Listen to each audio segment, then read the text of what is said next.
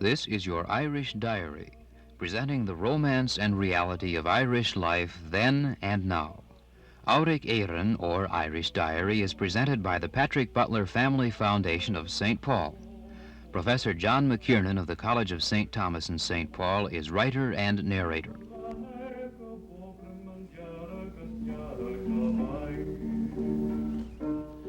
When passions, not reason, prevail, this is what happens to a man's dwelling, cut in half. I should like to talk to you on this program about a word which we've added to our vocabulary in the 20th century, a word that has become mixed with passion, a word that has caused a great deal of trouble in our time, a word which sums up the triumph of expediency over statesmanship.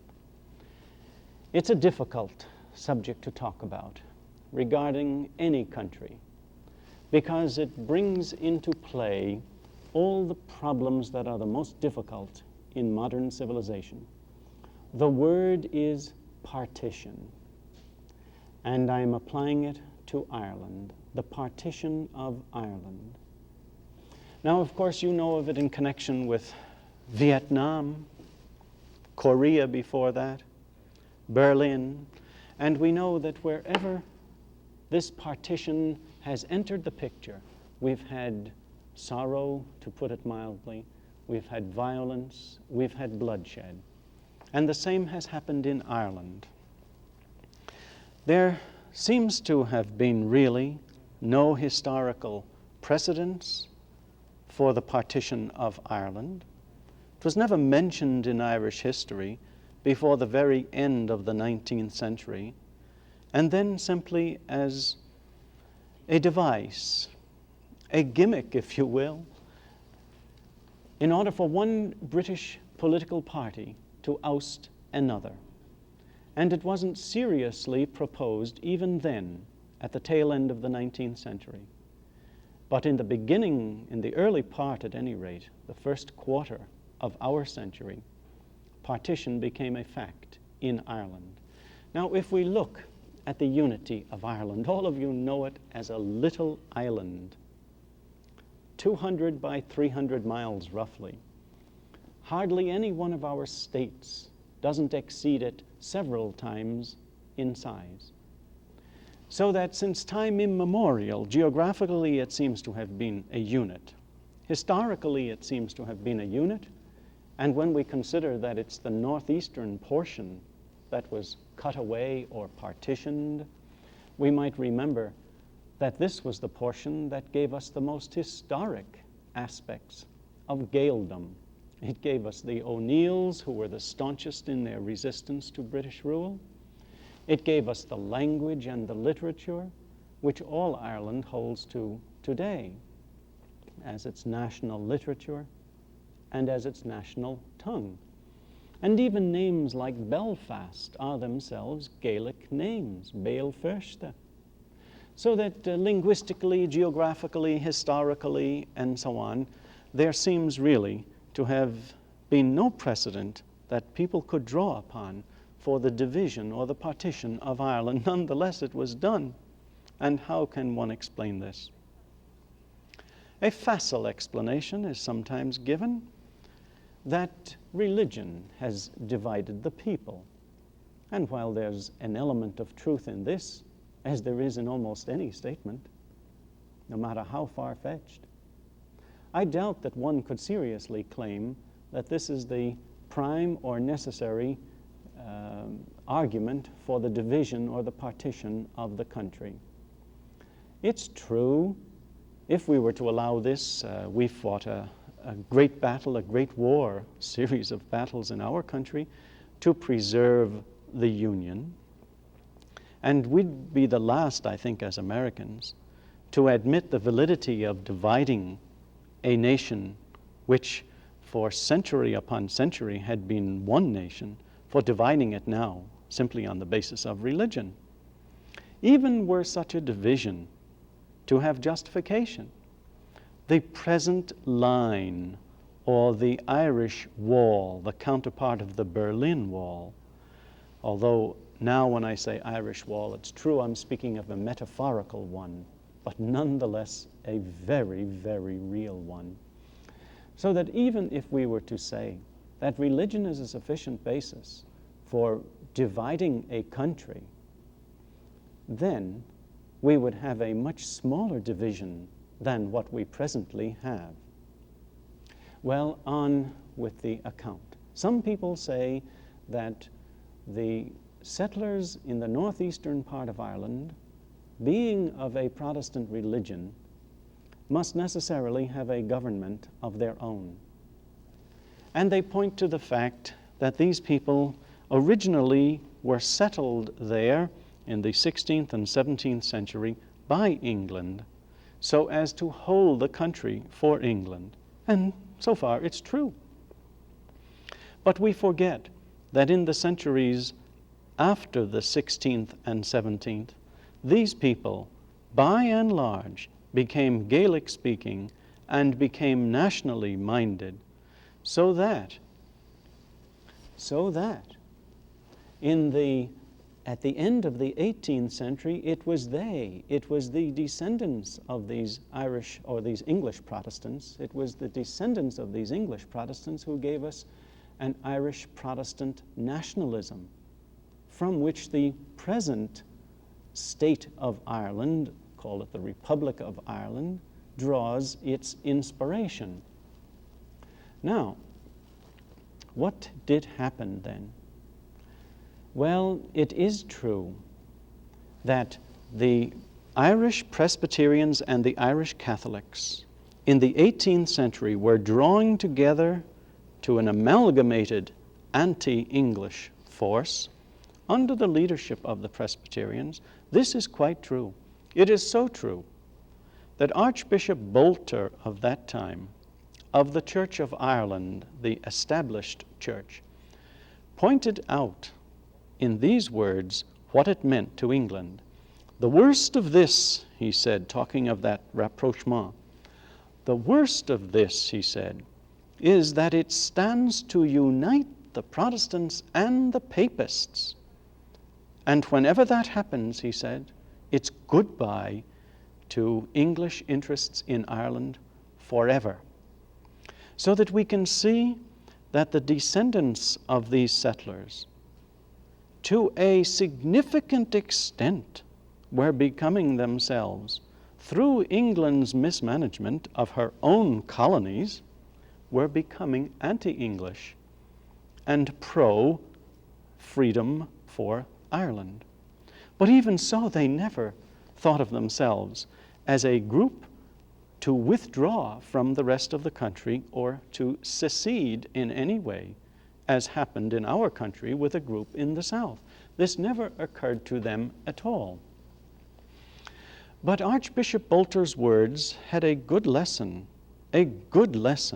for English management, a Machiavellian lesson, if you will, because it pointed out that one way, at least the words point out by implication, that one way of controlling the country is to divide it religiously. So in 1795, an Orange Order was established, the sole purpose of which was to keep the country in the northeastern part of Ireland, to keep it Protestant and to keep it English. Now, the Orange Order has been responsible for a great deal of the cause, if you will, of partition. And I'm going to read to you a source that will be quite astonishing, I think. I'm going to read to you, in fact, anything I say on this program can be checked at your nearest public library, from which I drew out this book. This is the life of Lord Randolph Churchill, and it's written by a Churchill who is perhaps even better known to you, that is Sir Winston Churchill. It is the life of his father. And he tells us that at the end of the 19th century, when Gladstone, that rather statesman-like British Prime Minister, when Gladstone decided that the conscience of England and the good name of England had to be redeemed by allowing to the Irish some element of what was called home rule, some degree of home rule. When Gladstone decided this, Gladstone was the prime minister in a liberal administration or a liberal government. And Churchill, one of the Tories, was opposed to the liberals. So here we had a conflict in England of British political interests, and simply looking for any card at all to play to upset a liberal government in England, Lord Randolph Churchill did something which could hardly be called statesmanlike. He deliberately aroused religious passions in the north of Ireland. And I'm going to read to you what his own son has to say about this, what Sir Winston Churchill has to say about this rather shameful part that his father played. The only parallel that I can call to your attention is the rather sorrowful one in our own country at the moment with regard to civil rights, where some people are deliberately playing upon the passions and animosities of race, which are just as vicious as those of religion. Now, Lord Randolph Churchill, in order to defeat the administration of Gladstone, and looking to this Home Rule Bill as the pretext, this was just a bit too liberal, even though the amount of freedom, if you can call it that, which the bill proposed for Ireland was hardly any more than what a state legislature today gives to any one of its cities within its own borders. A state legislature, a United States, I'm talking about one of the states of the United States. So Lord Randolph decided, we can defeat him on this, and in order to do it, we have to make some trouble.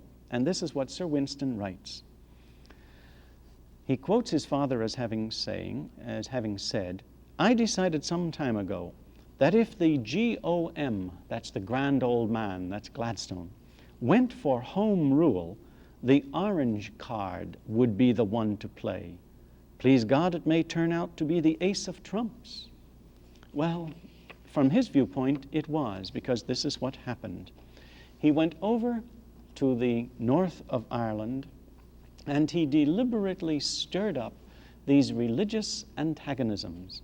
He appealed to the Orange Lodges to guard themselves against the Catholics, to protect themselves from home rule, which in the jingoism of the times was shibbolethed in this manner. Home rule is Rome rule. We can understand this sort of thing, which we had earlier in the United States and which we outgrew, but not yet in English politics. Now here is the result, according to Sir Winston Churchill.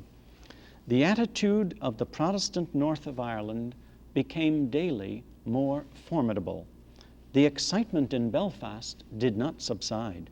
Dangerous riots, increasing in fury until they almost amounted to warfare, occurred in the streets between the factions of Orange and Green.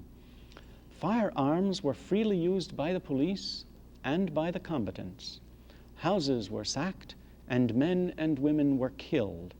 So savage, repeated, and prolonged were the disturbances, breaking out again and again in spite of all effort to suppress them, that they became, in the end, the subject of a parliamentary commission, the evidence and report of which are not pleasant reading, and proved, when finally published, damaging to the Orange Party.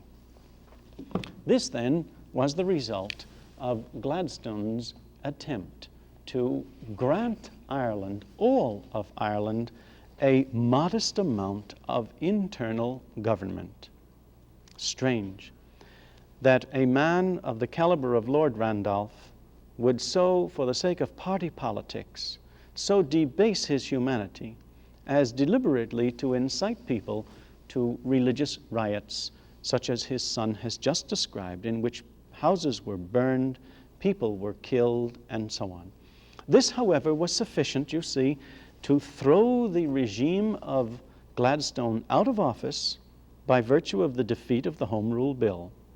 And it kept Home Rule away for a long, long time. But the electorate in England gradually matured and came to see that Home Rule for Ireland was not, after all, such a terrible thing, so that in 1910, 11, and 12, we had further attempts in England to grant Ireland Home Rule.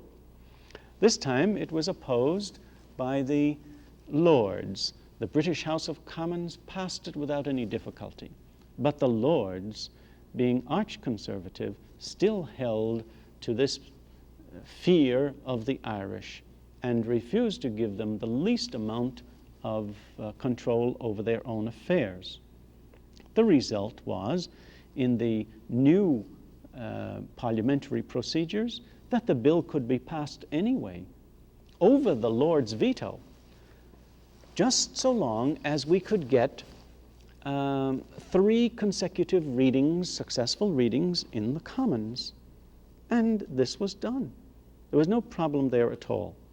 But again, the Lords, in a last effort, the Lords were inclined to write into the bill a partition, and they said they would exclude from the operations of Home Rule the province of Ulster, as it was called.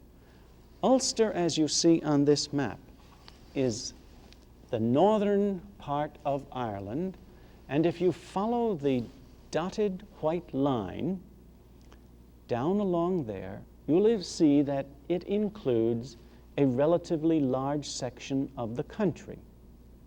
Now, this is historically the province of Ulster, and it has 9 counties, 9 Irish counties. Now, if you will look at the other line, which is above the dotted white line, and follow that, you will see that it includes a much smaller section. Well, I should say it includes about 2/3 of Ulster. That section which is included within the second line is commonly today referred to as Ulster, but it is 2/3 of the historic Ulster. All right, having looked at that map, you are now possibly able to see what the Lords had in mind. They wanted to exclude the entire province of Ulster, 9 counties, but they did this as a tactic to defeat the bill. Such a rider to it was not acceptable to the people in the north, as it was indeed not acceptable to anyone else. And so the bill dragged on in discussion, and in the meantime, World War I broke out. And this now was a temporary relief, because the British government said, well, the bill is passed despite the veto of the Lords. The bill has passed, but we'll suspend it now until after the war is over. Now, as you remember, and not to be cynical about it, this war was fought on the principle of self-determination for small nations.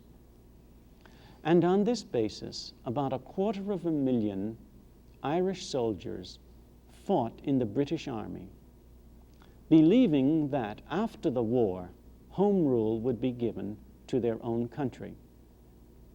Instead of that, after the war was over, the proposal was revived that Ireland should be divided. And in 1920, Lloyd George maneuvered through Parliament over the protests of all the Irish representatives from the north. Over their protest, he suggested that Ireland be partitioned into what he called North and South Ireland, Southern government and the government of Northern Ireland. This is a curious term, because the most northern part of Ireland he excluded and included it with the South. But if we're to use those terms, Lloyd George proposed then in 1920 for a definite purpose. He made this proposal. In 1920, all of Ireland was up in arms against England and was fighting for that same self-determination for which World War I had been fought. Not only was it up in arms, but many of the soldiers who had fought for England during that war, many of the Irish soldiers, were now fighting against her because Ireland had not been granted home rule. And by now, Ireland wanted more than just a little freedom. She wanted her whole freedom. And it's important to note that in 1918, there was held a general election in all of Ireland, held under the supervision of British authorities, even though Ireland was smoldering in revolt, and indeed active in revolt. Britain was still more or less in control of the country, and she was certainly in control of the elections. There were 105 empty seats to be filled in that election. 79 of them were won by people who pledged themselves to the cause of freedom for the whole of Ireland. Now, this represents about a 75% majority, and in any democratic country, a 75% majority is pretty overwhelming. In spite of this, 2 years later, the Government of Ireland Bill, the so-called Partition Bill, was passed in the British Parliament, and on the basis of this, King George himself came over to open a parliament in Belfast. There were riots, there were all kinds of disturbances, there were actual pogroms, far worse than those that had followed upon Churchill's visit before 1900 even. But it was in this kind of context that the Parliament of Northern Ireland came into being. And those who were in favor of it appealed now to the basest passions of man. They appealed on the basis of religion to maintain a separate state. For instance, Lord, it was not Lord, I'm sorry, he was Sir.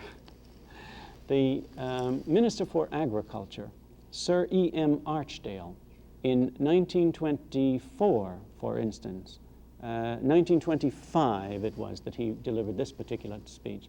In 1905, remarked that he had 109 officials in his employ in his department.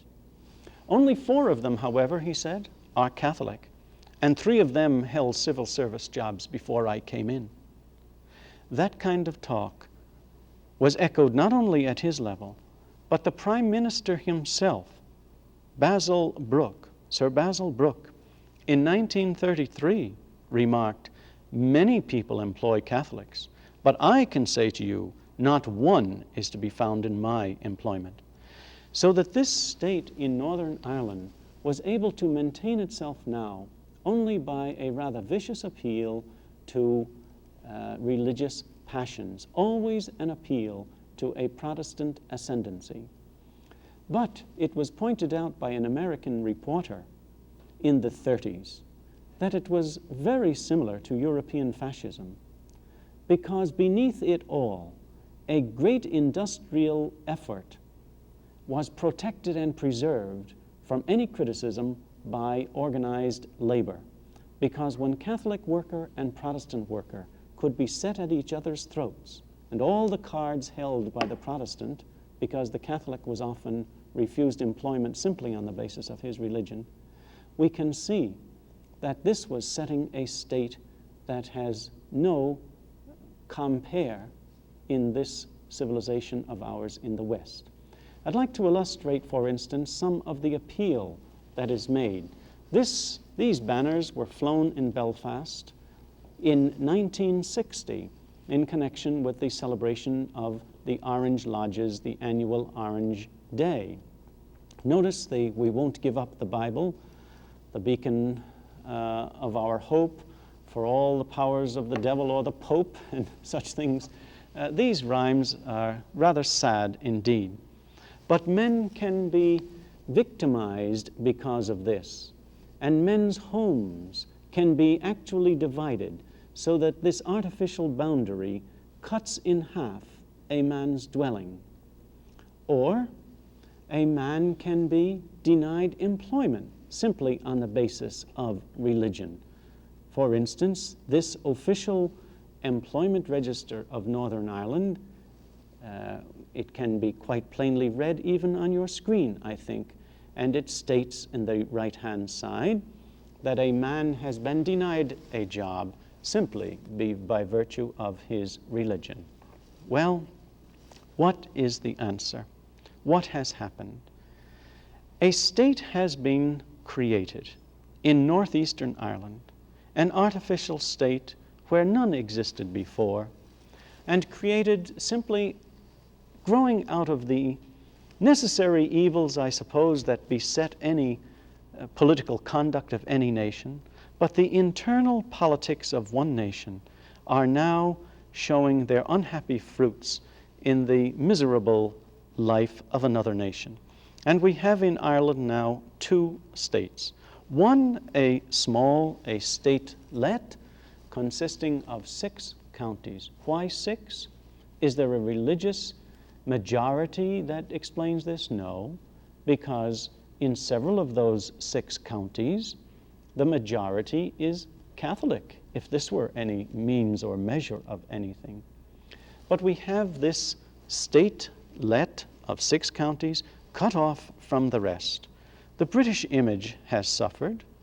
Britain herself is most unhappy about this, and yet seems stuck with it, and that's about the only phrase that one can use.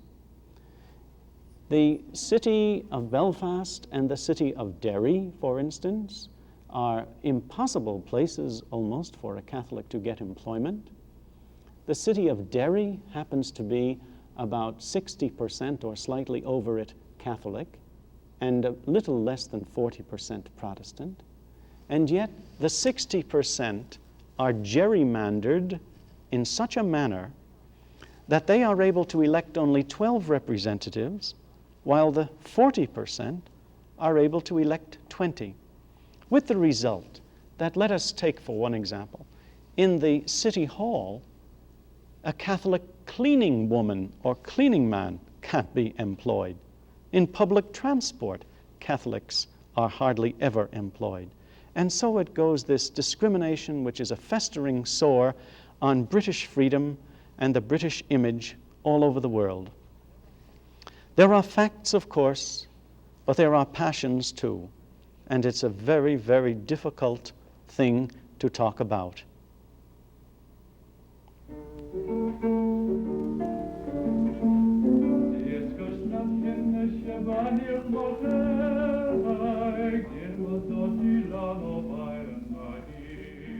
If you would like a list of selected readings to add to your enjoyment, please send a self-addressed stamped envelope to Professor John McKiernan, College of St. Thomas, St. Paul, Minnesota.